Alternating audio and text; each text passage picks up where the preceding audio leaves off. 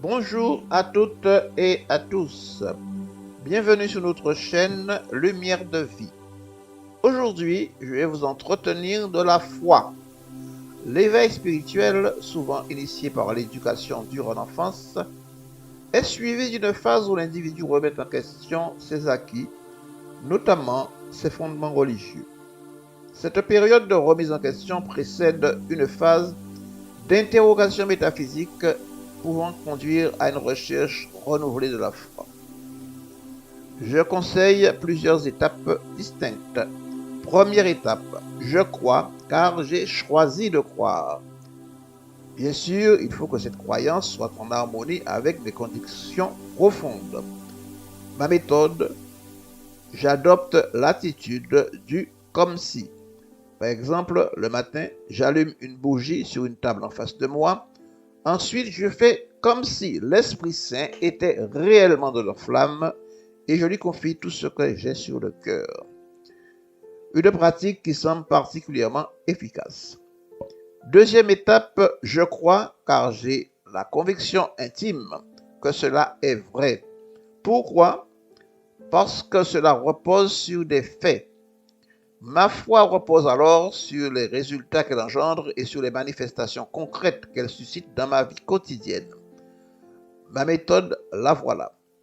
Mes prières et mes rituels ne se réfèrent non pas à des événements bibliques lointains, mais à des expériences tangibles de mon existence.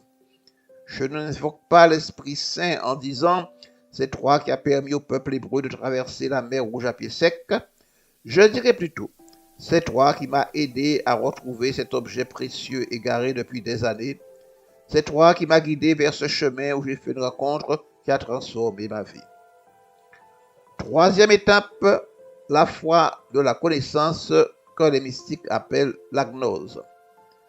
La divine gnose est l'aboutissement du parcours, le couronnement du disciple. L'adepte parvenu à ce stade a conscience du monde céleste.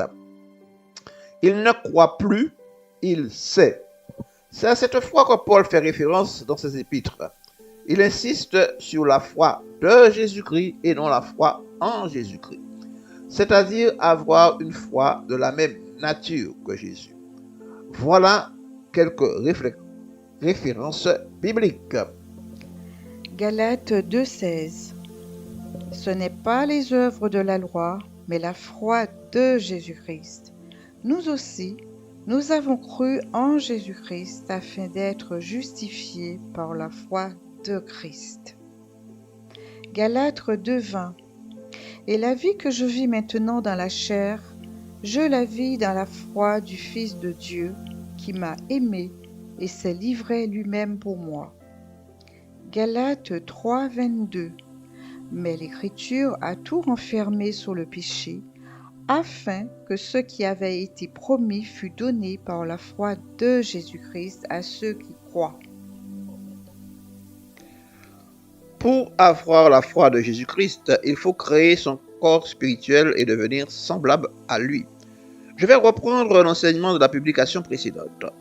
On affirme souvent que nous possédons trois dimensions, le corps, l'âme et l'esprit. Pour ma part, je pense que nous avons bien un corps physique et que nous sommes tous vivifiés par un même esprit cosmique que certains appellent le Saint-Esprit. Mais l'âme, elle n'est pas donnée à chacun, elle se construit patiemment jour après jour auprès d'une ascèse appropriée. Et lorsqu'elle est créée, elle demeure pour l'éternité.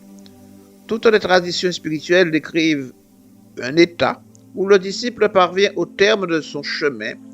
On parle d'illumination, de résurrection, de christification, de réalisation de nouvelles naissances ou d'autres vocables.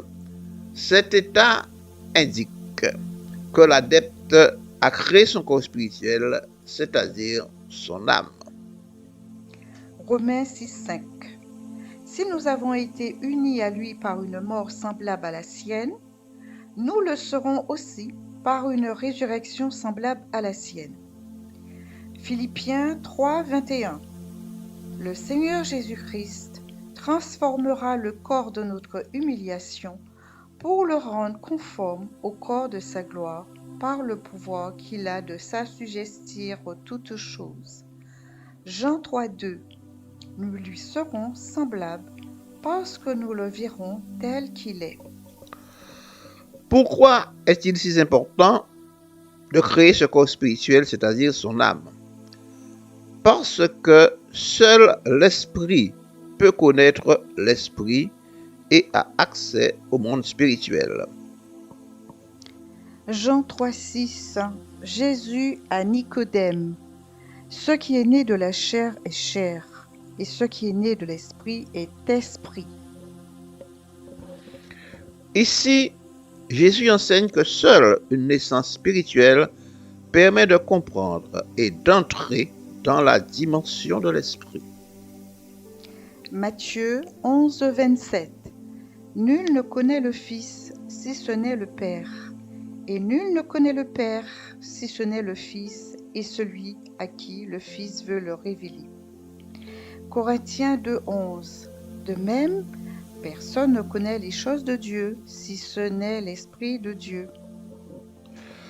En résumé, l'aboutissement de la foi passe par la création du corps spirituel. Cette connaissance du monde est comparable à celle de Jésus et elle transcende les 5 sens. Aucune perception visuelle, auditive, tactile, olfactive ou gustative n'est impliquée. La connaissance est pure et simple. Elle est immédiate plutôt que discursive. Ceux qui possèdent la divine connaissance luiront de toute la lumière des cieux. Ceux qui l'auront enseignée selon les voies de la providence brilleront tels des étoiles dans l'éternité des éternités. Cette citation est une interprétation de Daniel 12.3. Bonne et lumineuse journée à tous et merci.